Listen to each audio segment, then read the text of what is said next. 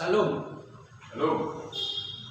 Bapak Ibu, saudara-saudari yang dikasihi Tuhan Yesus Kristus, terkhusus jemaat HKBP Kuala Tungkal dimanapun berada. Puji Tuhan, pada saat ini kembali kita melaksanakan ibadah atau pertangyangan keluarga melalui live streaming di rumah kita masing-masing. Karena situasi saat ini yang tidak memungkinkan untuk berkumpul, kita berdoa kepada Tuhan kiranya keadaan cepat pulih kembali sehingga kita dapat melaksanakan ibadah atau pertangyangan di web masing-masing. Sebelum kita mulai, terlebih dahulu kita menyerahkan hati dan pikiran kita kepada Tuhan, berdoa dalam hati kita masing-masing. Kita berdoa.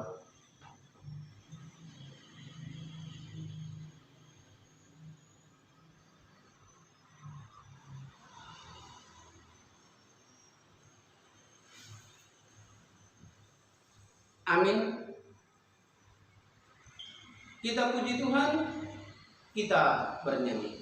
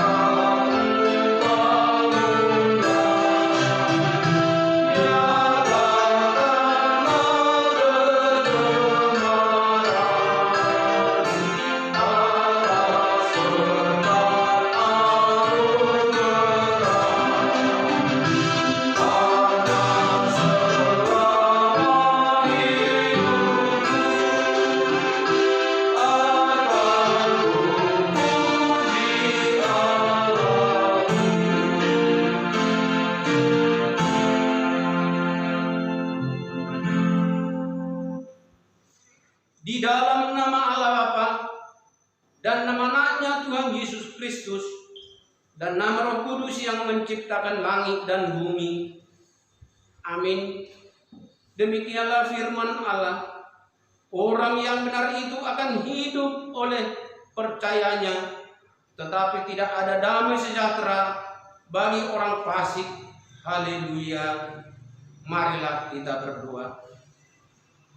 Ya Tuhan Allah Bapa kami yang di surga, berilah bagi kami roh kedamaian dan kebenaran, supaya kami mengerti kehendak-Mu, dan dengan segenap kekuatan kami dapat melakukan kedamaian dan kebenaran itu oleh karena anak-Mu, Tuhan Yesus Kristus Tuhan kami.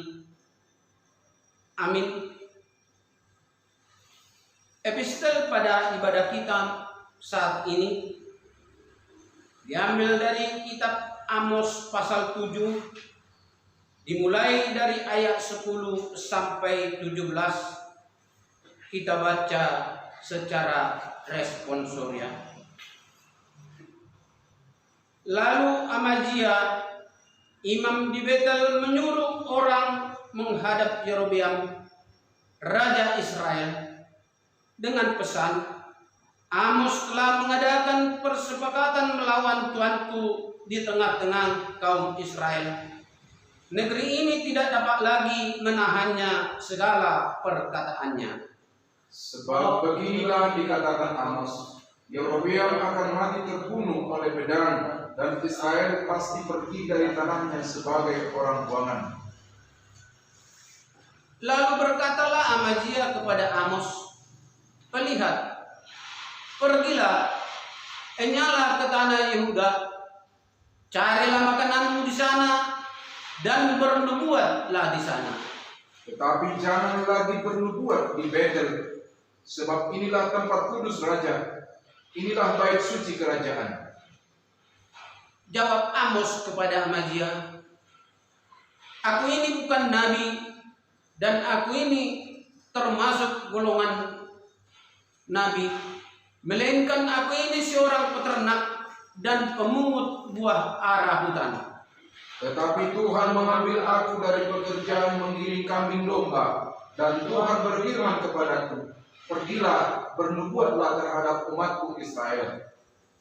Maka sekarang dengarlah firman Tuhan. Engkau berkata, janganlah bernubuat menentang Israel, dan janganlah ucapkan perkataan menentang keturunan Ishak. Sebab itu beginilah firman Tuhan, istrimu akan bersundal di kota, dan anak-anak laki-laki dan perempuan akan tewas oleh pedang. Tanahmu akan dibagi-bagikan dengan memakai tali pemukul. Engkau sendiri akan mati di tanah yang najis, dan Israel pasti pergi dari tanahnya sebagai orang buangan. Demikianlah firman Tuhan. Berbahagialah orang yang mendengarkan firman Allah serta melaksanakannya. Amin. Kita bernyanyi.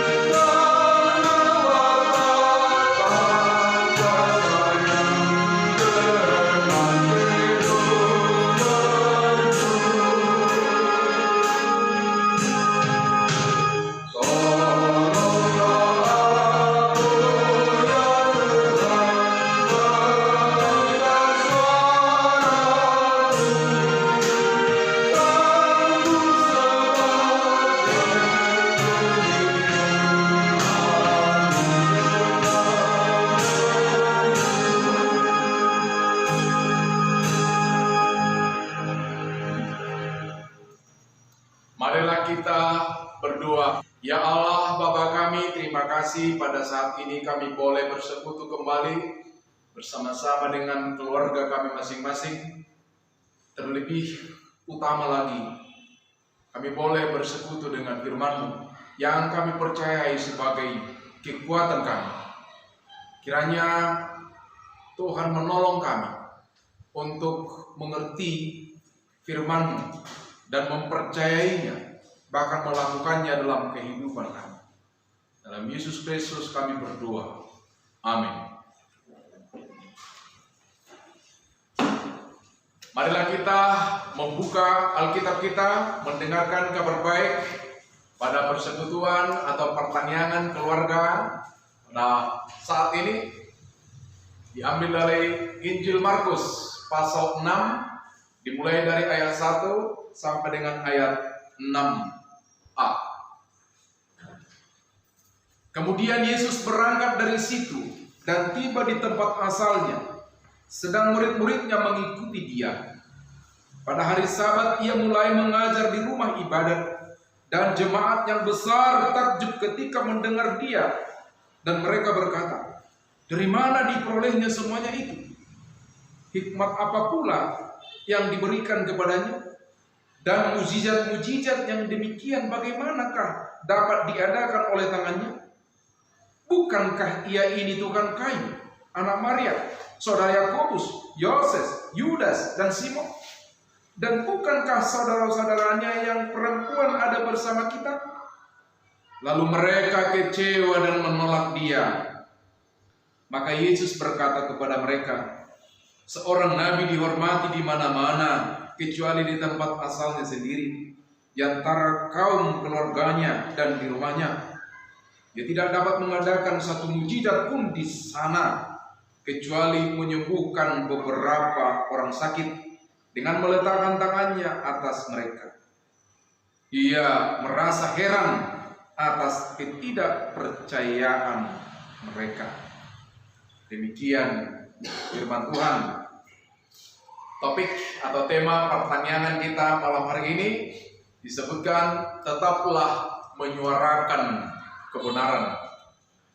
Itulah yang menjadi amanah kita. Itulah yang menjadi tugas kita, membawa pesan Tuhan, yaitu menyampaikan kebenaran. Dan dikatakan tetaplah, artinya terus menerus sampai pesan itu sampai kepada tujuannya.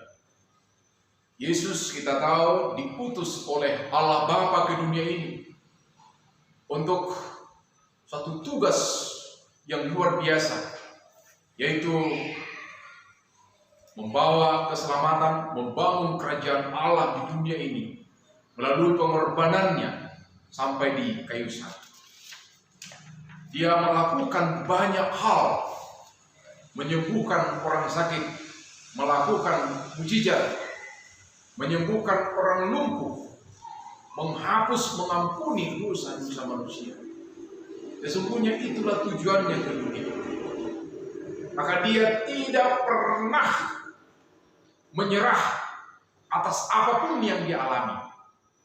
Sekalipun banyak penolakan terhadap dirinya, penolakan terhadap kebaikannya, penolakan terhadap apa yang dia kerjakan, dia tidak menyerah. Bahkan yang paling hebat, dia ditolak bahkan sampai disalibkan di Golgota dan mati terbunuh di sana. Dia tidak pernah menyerah sedikit pun sebagai utusan Allah Bapa di dunia. Hari ini kita sudah menjadi muridnya. Tentu keteladanan Yesus akan menjadi warna kehidupan kita dalam hal menyuarakan kebenaran. Ini yang menjadi tantangan kita. Maka firman hari ini sungguh mengevaluasi diri kita, bagaimana hidup kita sebagai orang Kristen.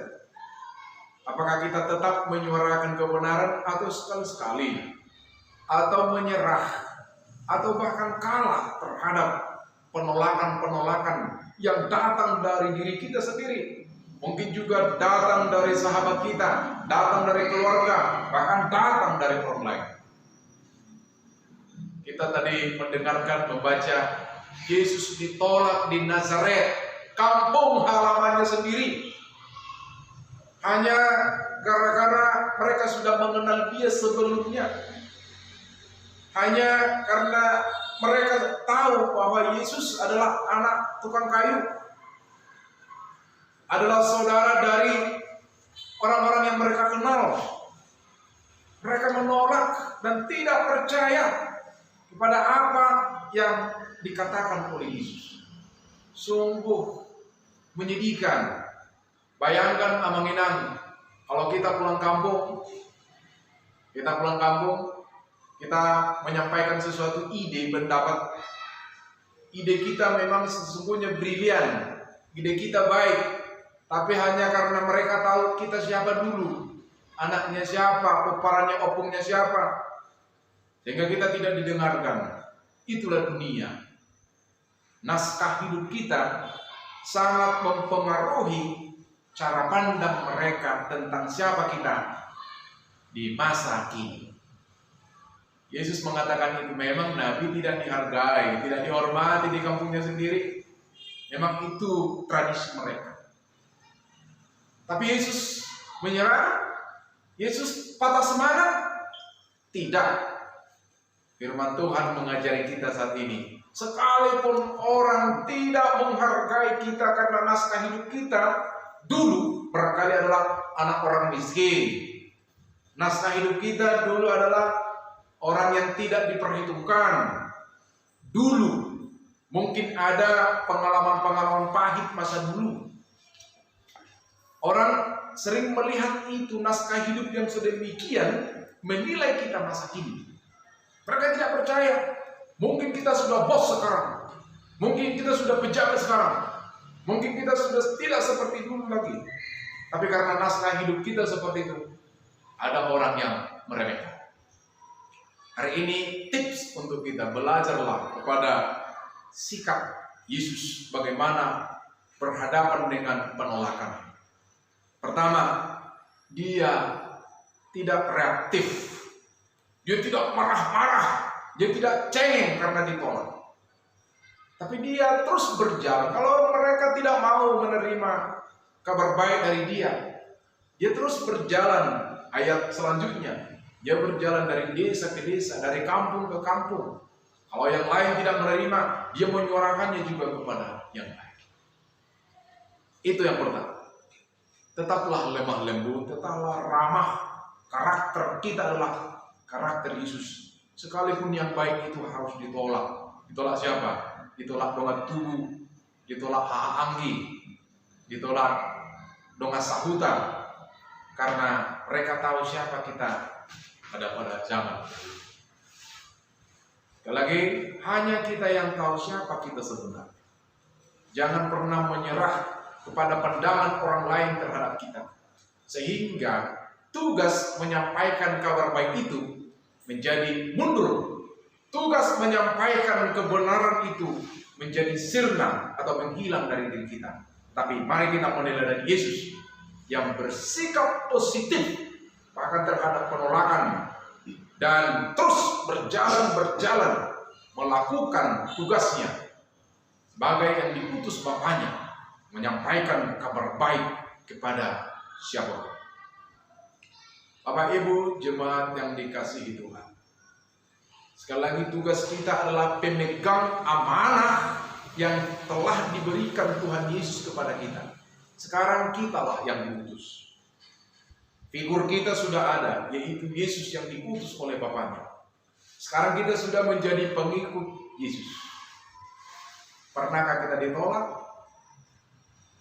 Pernahkah suaramu yang baik itu ditolak? Pernahkah perbuatanmu yang baik itu ditolak? Pernahkah bahasamu yang baik itu ditolak? Bahkan kamu dibenci? Bahkan ada yang diusir seperti Yesus ini. Jangan pernah menyerah. Jangan pernah berpikir negatif. Jangan pernah mundur untuk terus berjalan menyuarakan yang baik, menyuarakan kebenaran. Tadi diingatkan oleh topik, tetaplah. Tetaplah. Artinya, jadi diri kita tidak boleh berubah oleh apapun. Kalau Yesus, dia menyingkir, dia meninggalkan Nazaret itu. Dia pergi menjalankan tugasnya kepada yang lain. Itu adalah bagian dari seni pelayanan. Kalau kita ditolak, kita punya seni yang lain. Menyampaikan kabar baik kepada siapapun boleh. Ada seni dalam hal melayani. Itu yang kita tiru daripada Yesus. Ayat selanjutnya, dia berjalan dari kampung ke kampung, dari kota ke kota. Itu artinya Yesus itu bergerak, aktif. Itu cara dia menjawab penolakan terhadap dia. Ya bukan merenung, meratapi penolakan itu, tapi dia aktif berjalan ke sana kemari untuk menyampaikan kabar baik, menyampaikan kebenaran. Ditolak tidak apa-apa. Tadi kita sudah membaca epistel. Begitu dahsyatnya hukuman kepada bangsa Israel ketika mereka menolak firman Tuhan. Mereka akan menjadi buangan. Sekali lagi, itu bukan lagi urusan kita. Urusan kita adalah tetap menyuarakan kabar baik dimanapun kita. Sekali lagi, di tengah keluarga, lakukan itu. Ya. Kalau kita sekali lagi pulang kampung, mungkin kita udah anak Nisiano kan? Oh iya, itu nama anakku Gerungi. Nah, mungkin itu. Banyak lagi cerita-cerita. Apalagi untuk generasi yang tua sekarang kalau pulang kampung, pasti kembali diungkit cerita-cerita lama. Dulu kau kan begini. Sehingga ada terkesan meremehkan kita sekarang. Tapi ingat, sekali lagi, jangan pernah menyerahkan diri kita kepada penilaian orang lain, tapi serahkanlah dirimu kepada keputusan Allah. Siapapun kita, dimanapun kita sudah dilayakkan Tuhan untuk menjadi pembawa amanahnya dimanapun Tuhan memberkati kita. Amin. Terima kasih Tuhan, firman-Mu yang meneguhkan hati kami.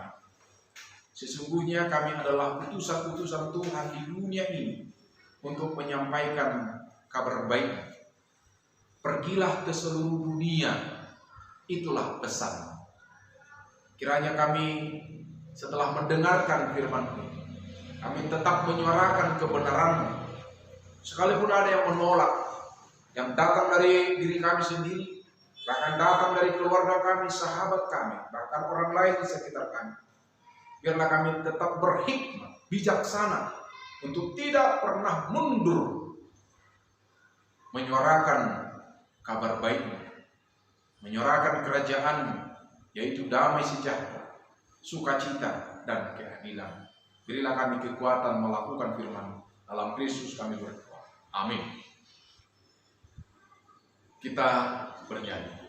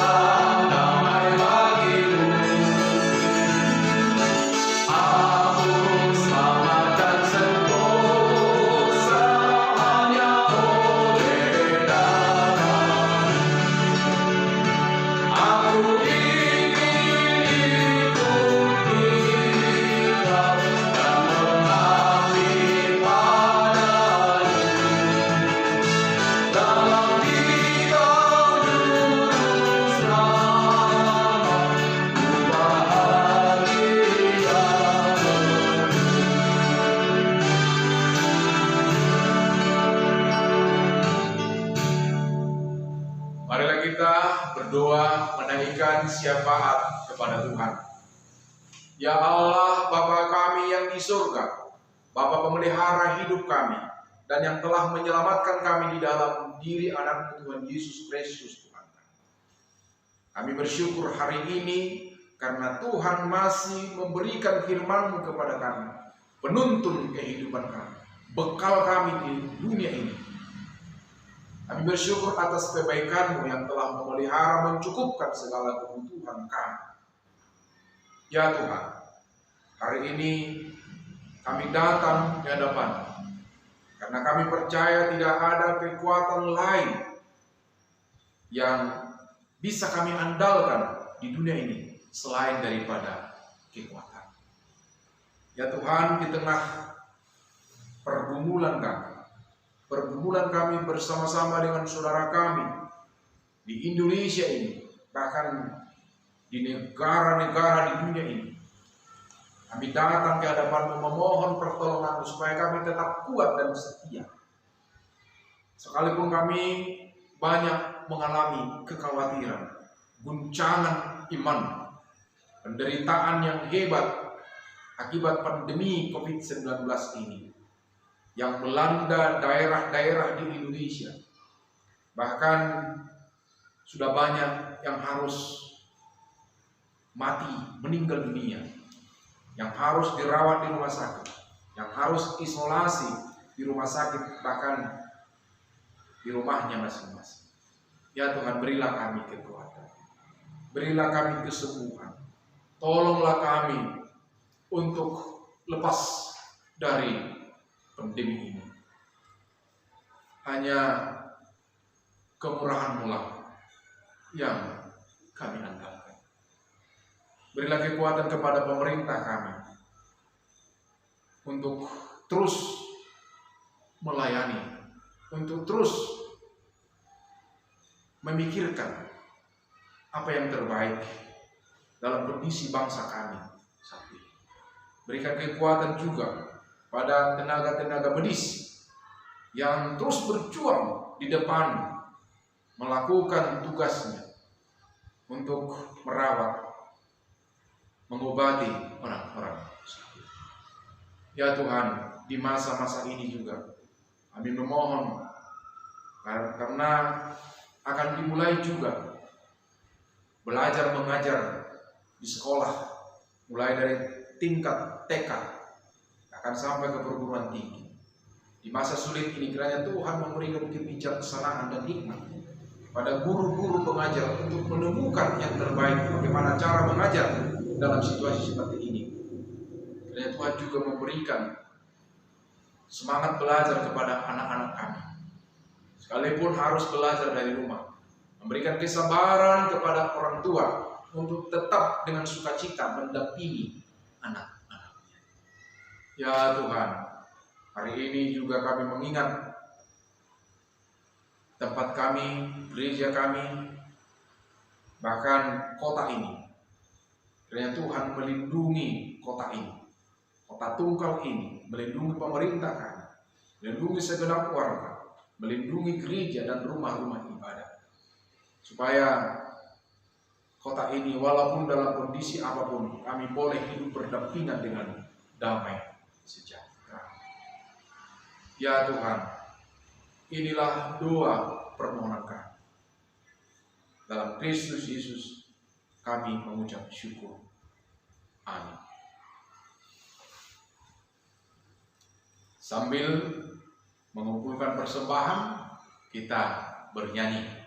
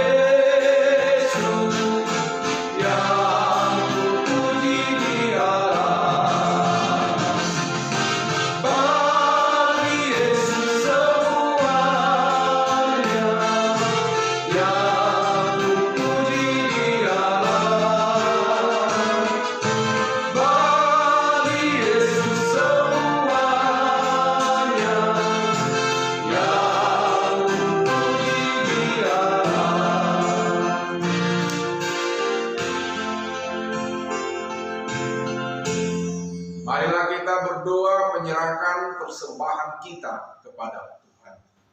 Ya Allah Bapa kami yang di surga, kami mengaku bahwa Tuhan adalah sumber dari segala karunia yang melimpah dalam kehidupan kami masing-masing. Sebahagian daripada karunia itu kami serahkan kembali sebagai persembahan kepada Tuhan. Terimalah dan berkatilah persembahan umat-Mu ini, agar dapat kami pergunakan untuk pekerjaan dan pelayanan kerajaan Tuhan di dunia ini. Bukalah hati kami untuk mengenal betapa banyak berkat dan karunia yang kami peroleh dari Tuhan, supaya kami senantiasa bersyukur kepadamu. Di dalam nama Yesus Kristus Tuhan kami. Amin. Mari kita berdoa bersama di dalam doa Bapa kami. Bapa kami yang di sorga, dikuduskanlah namamu, datanglah kerajaan-Mu. Jadilah kehendak-Mu di bumi seperti di surga.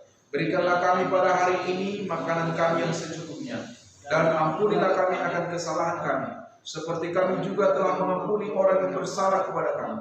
dan janganlah membawa kami ke dalam pencobaan, tetapi lepaskanlah kami daripada yang jahat. Karena Engkau yang punya kerajaan dan kuasa dan kemuliaan sampai selama-lamanya. Amin. Anugerah Tuhan kita Yesus Kristus dan kasih setia Allah Bapa serta persekutuan Roh Kudus kiranya memelihara, memberkati kamu sekalian. Amin.